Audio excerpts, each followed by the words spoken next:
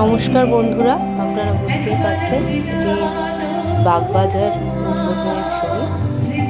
মায়ের শ্রী শ্রী মায়ের পদার্পণ দিবস উপলক্ষে বাগবাজার উদ্বোধনে অনুষ্ঠিত পদার্পণ দিবস, তারই কিছু মুহূর্ত আপনাদের সাথে ভাগ করে নিলাম।